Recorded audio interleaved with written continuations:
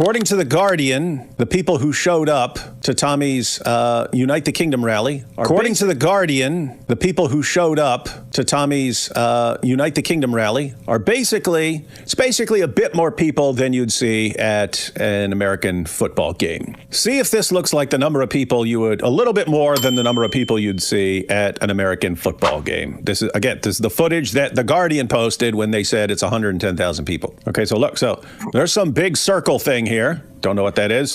One of their big giant roundabouts. And then you've already got a ton of people around that. So that would be a lot of people just there, right? But let's go ahead and look at this. You go down this road. Again, this is The Guardian's footage.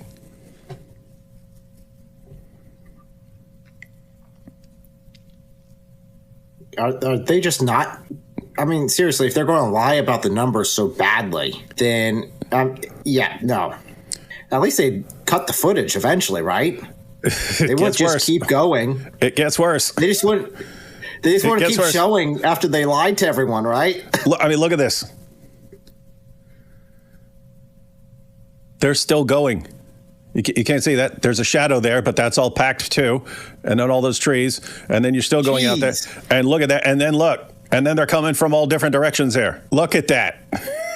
Yeah, guys, what does everyone else think? Because that looks like about at least 20 packed football stadiums full of people that we've seen there. Slightly more than a football show. Slightly. I mean, that right there, just what you see on this screen right now is, because again, a football stadium, a packed football stadium is still a ton of empty space because you have a giant field in the middle. That already looks like significantly more people. But again, let's just scroll back and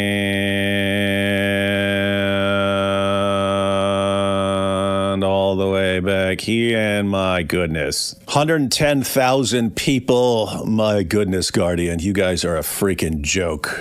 I mean, if this was it, if this were right here, this picture was all they showed, I'd still say they were underestimating the number of people, but at least it'd be closer. As soon as you start going down that road, it's gone. They blew that number out so far. And you can even see to like the left and the right, there's still people that are off the screen. Looks like there might be even another road to the left there. Yeah, that's what I mean. I mean, everything we see is jam-packed. And let me go ahead and scroll through this again. So we've got all this here, ton of people here, and we don't see everyone. We just see what they're showing us. And then all the streets all along the way, jam-packed. We can't even see the side streets and stuff like that. They may be packed too for all we know. But we get all the way down here. Again, look, you got side streets there. It looks like people on the side streets as well. And then down here, and then all up under these trees, and then all here, and then they blow out wide, and my goodness. That's a lot of people. Who's the camera guy? He needs to get fired. It's like he completely undid everything they did because they're like, oh, there's only 110,000 people here. Let's look at the camera. Yeah, dude, next time, Guardian, just take a picture of one little part of the crowd and then say it's 110,000. I would say at least 1 million. Again, it looks, we don't even see everyone. I would say at least 1 million. Looks like about 2 million. How people need to do math better. I was watching the camera go, and it's like, how does it keep going? Oh, I know what's going on. The people in the people in the camera booth are like, stop showing, and it just keeps going. Yeah, you should have done this. There's a little bit more. Look, Guardian, you should have just taken a picture right here and said, see, 110,000 people, and it's a little, there's some people around there, but about 110,000 people. Just stuck with that. Instead, you just let the camera keep going. My goodness. Once again. Oh,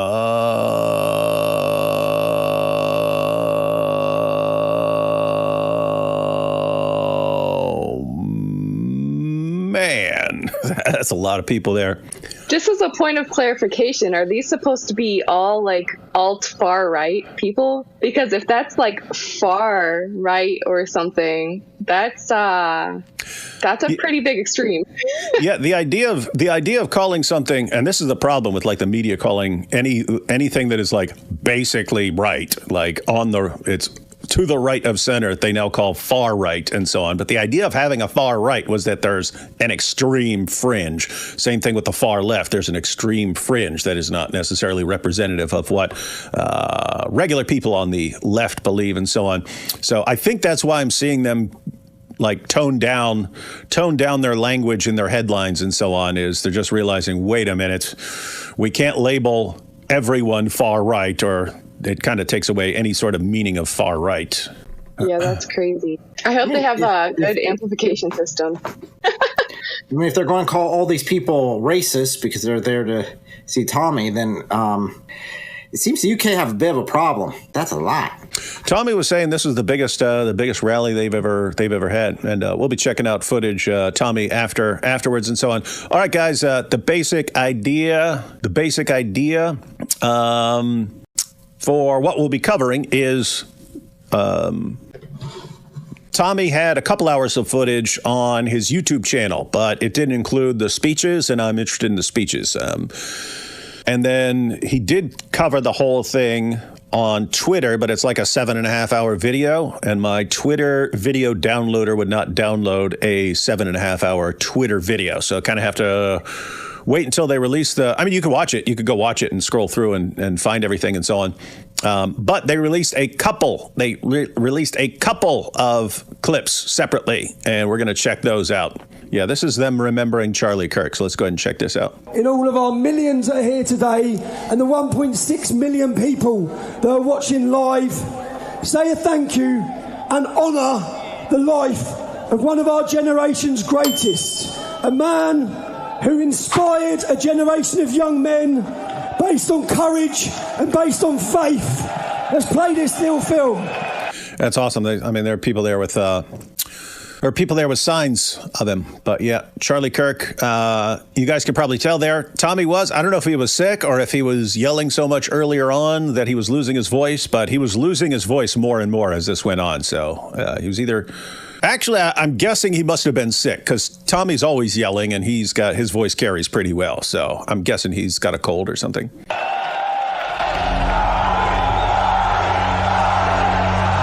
advice do you have for me as I move into adulthood in order to become a more informed and involved citizen?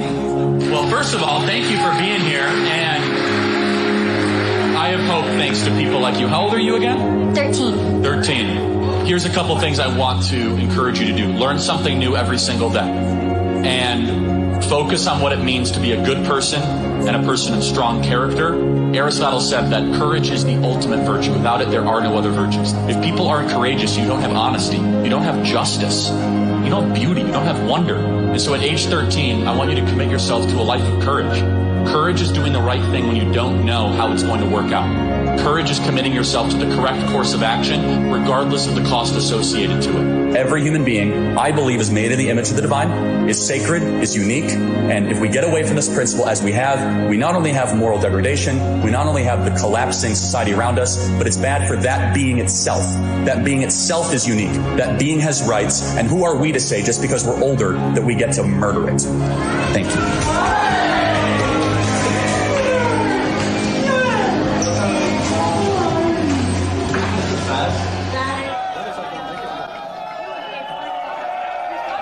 That's well said.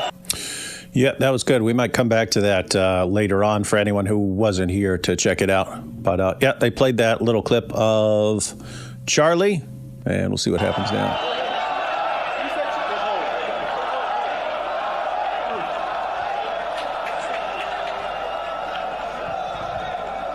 Hello, Great Britain. You know, I keep hearing online a lot of folks saying the UK's cooked. I'm leaving the UK. The UK's done. But I'm looking at an army of 1 million people. So I got to say bullshit to that. Britain's. Hey, anyone know who this guy is? Nope. Yeah, I don't know who this is either. He's got an American flag. Yeah, and he's American. Sounds American. That's about all I got. Hilarious. Sounds like he's from Texas or Tennessee or something like that. Anyone know who this guy is? Like, I don't know. Is this someone? I don't know. Is this like someone famous or something like that? I don't know who he is. I'm looking and I'm seeing people post names, but I don't know if they're joking or not because I don't know. Hang on. Let's see. Yeah, it seems to be a census coming in. Oh, actually, yeah. Someone said Don Keith, and I looked up Don Keith, and some old dude popped up. But then there's also some young guy who also looks like this, who does look like this. I don't know. There's now quite a few people coming in saying Don Keith. Okay, so it looks like Don Keith is the winner. Multiple people. You had some people joking, said Hunter Biden, a hillbilly, some other Ross names Hogg. and so on. AP, yeah. But yeah, a bunch of people said Don Keith. So definitely seems like Don Keith. But let's go. Britain's not going anywhere.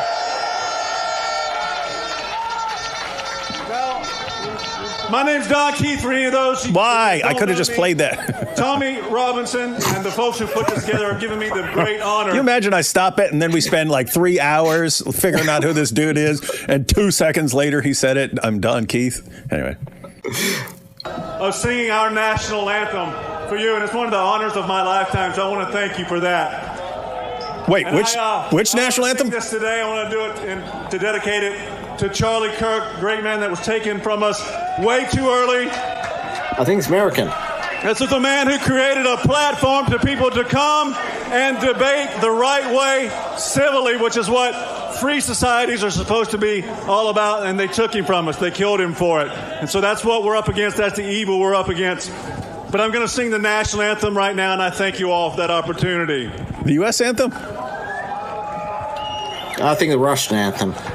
Oh, say, can you see by the dawn's early light what so proudly we hailed at the twilight's last gleaming, whose broad stripes and bright stars through the perilous fight o'er the ramparts we watched were so gallantly streaming, and the rocket's red glare, the bombs bursting in air, gave proof through the night that our flag was still there. Oh, say does that star-spangled banner wave o'er the land of the free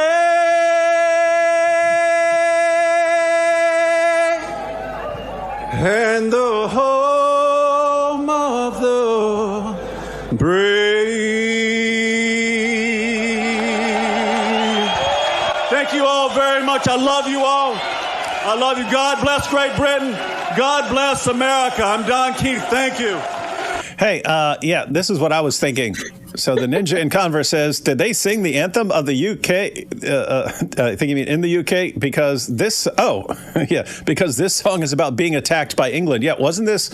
I was about to say, I know the origins of that song. Hang on, wasn't this the War of 1812? Hang on, wasn't this the War of 1812, which was against England? Hang on, I gotta know. It was against Britain. He was on a British ship, and it was one of the forts that the British were trying to take. And the dawn came up, and the flag was still there, and that was the inspiration behind it. Was the fact that the British couldn't take the fort, and I got mixed feelings. This is everything about me too. I'm like weird. It is weird. It is, and I guess the point was it's like honoring Charlie Kirk, who has had Turning Point USA and Silver Cinder. But to me, like if you grew up, this is before you guys' time, but if you grew up in the 80s and you're watching wrestling or something like that, it would be like Nikolai Volkov would come out and he would insist upon singing the Soviet national anthem and stuff like this, and the crowd would be booing, boo! And so that's what's like in my mind. But then like with the Star Spangled Banner, let's check it out. The Star Spangled Banner is the national anthem of the United States. The lyrics come from the defense of Fort McHenry a poem written by American lawyer Francis Scott Key on September 14th, 1814, after he witnessed the bombardment of Fort McHenry by the British Royal Navy during the Battle of Baltimore in the War of 1812. Key was inspired by the large U.S. flag with 15 stars and 15 stripes known as the Star-Spangled Banner flying triumphantly above the fort after the battle. Oh, hey. Hey, hang on. This is interesting. The poem was set to the music of a popular British song written by John Stafford Smith by the Anacreontic Society, a social club in London. That's interesting. I'd like to hear that. But so it's kind of funny. They took a popular British song and made it into a song about American victory. And now we've got American victory over the British.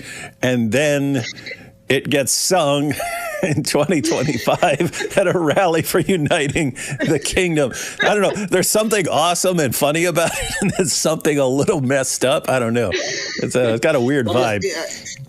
Is Britain looking at coming to the next state? Yeah. But didn't they start off the whole introduction to this guy by saying, everybody's like, we should just ditch the UK, and then they sing a song about ditching the UK. Yeah. That is kind of funny. People are saying the UK is cooked. I, Don Keith, I'm here to tell you the UK is not cooked. In fact, we're going to sing a song that we all know and love. We all sing it all the time where I'm from in Texas. And I'm sure you guys love it too.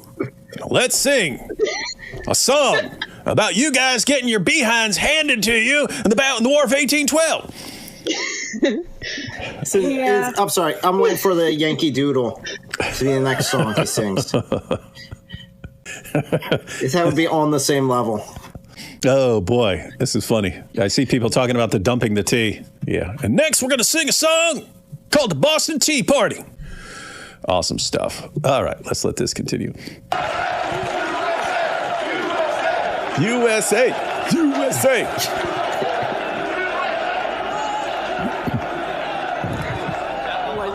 Well, this is definitely going against my expectations so far. I have to say, isn't it interesting, that the people who want to, it's interesting, people are, I think people are realizing that, okay, we've got the U.S. and we've got Canada, and we've got the U.K., we've got Germany, and we've got France, and we've all had our differences in the past. But in each one of these places, we've got all the forces that are trying to preserve and restore. On one hand, in each one of these places, we've got people who are trying to preserve what's good and to restore what's been lost, and people who are trying to tear it down to replace it with something else, like a communist state or socialist state or an Islamic state or something like that. And people are recognizing, wait, in all of our countries, we have two broad categories of people, the people who want to preserve and restore and the people who want to destroy and replace. And I think they're realizing, wait a minute, those groups align no matter what the country is, So the Canadians who want to preserve and restore Canada are very similar to the people in the United States, very similar to the people in the UK, very similar to the people in Germany, very similar to the people in France. And the people who want to destroy and replace are also very similar in Canada and the US and the UK and France and Germany. And I think people are realizing, wait a minute. We're all on the same page here. We're all on the same page of this issue. And that's why these guys in the UK can sit through the national anthem, a song about crushing and humiliating England. That's why they can hear that song and then start chanting USA. I'd be seriously interested in seeing bunch of UK guys come over to a rally in the US and then playing the British national anthem. And I hope it would be cool. I hope it would be cool like that. And people start cheering for the UK. What is their net? I bet it's like something like God Save the Queen or something like that. Is that what it is? Hang on. Well, it'd be God Save the King right now. God Save the King, God Save the Queen. Hang on. They have a king currently. UK national anthem. Oh, it is. God Save the King. Thought so. Oh, also known as God Save the Queen when the monarch is female. So they change it depending on who their royal overlord is. Okay.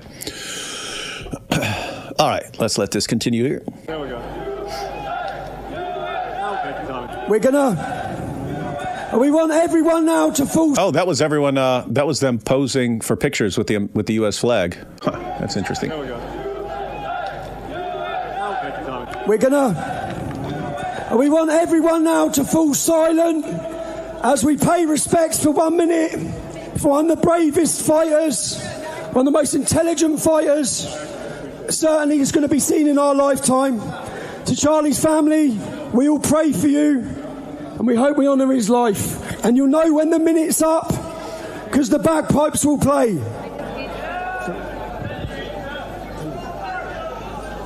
I'll tell you when. I'll tell you when.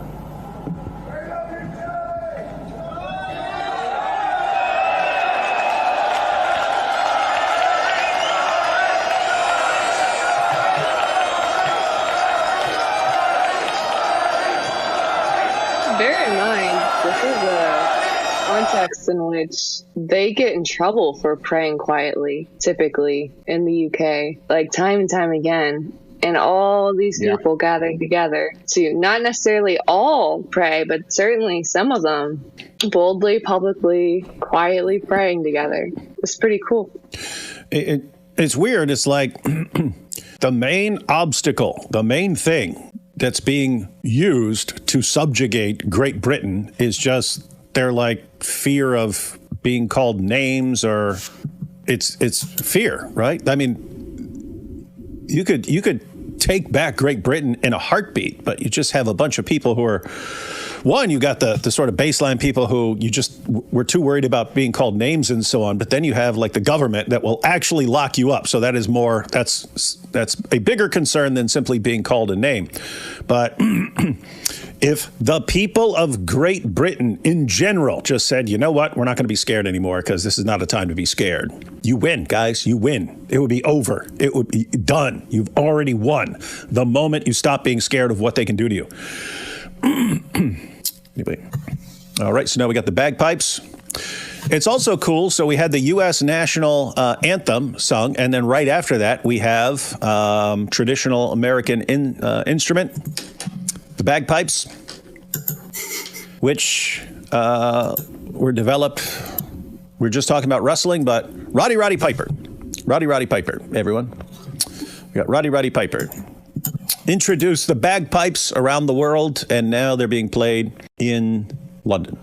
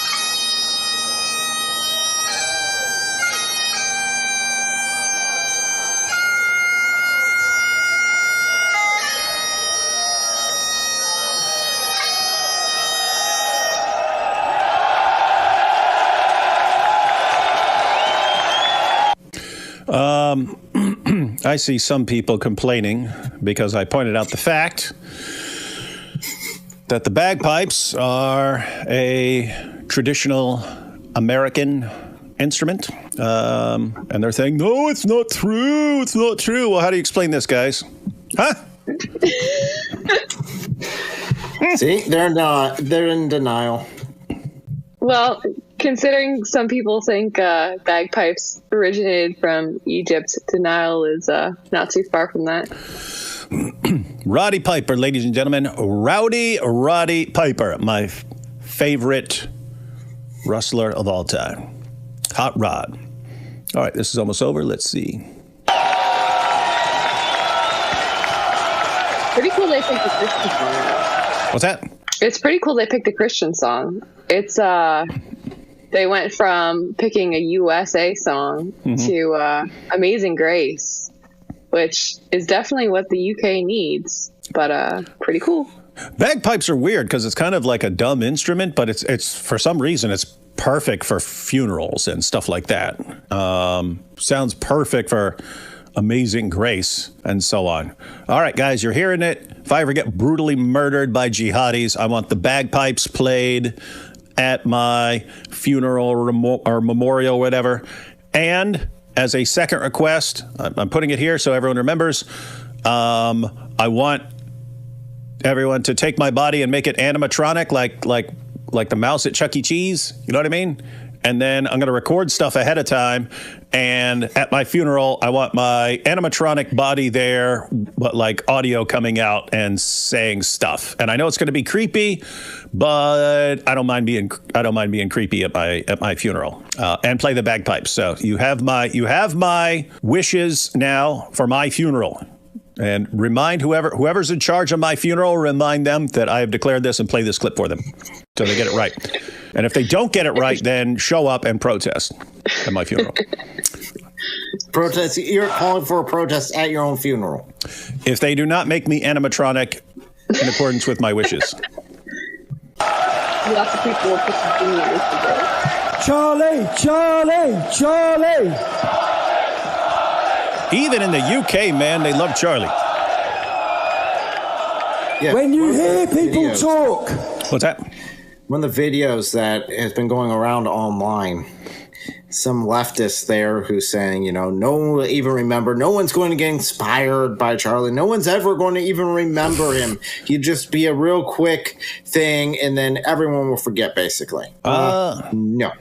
That sounds incorrect to me. I just watched about 3 million people be quiet for a minute. I have a hard time getting my kids to be quiet for like 5 seconds. That's inspiration. That's dedication. And then on top of that, all of this, this is going to get interesting. And it's growing, ladies and gentlemen. It's growing. About the special relationship between America and Great Britain. This is the special relationship that you're seeing here.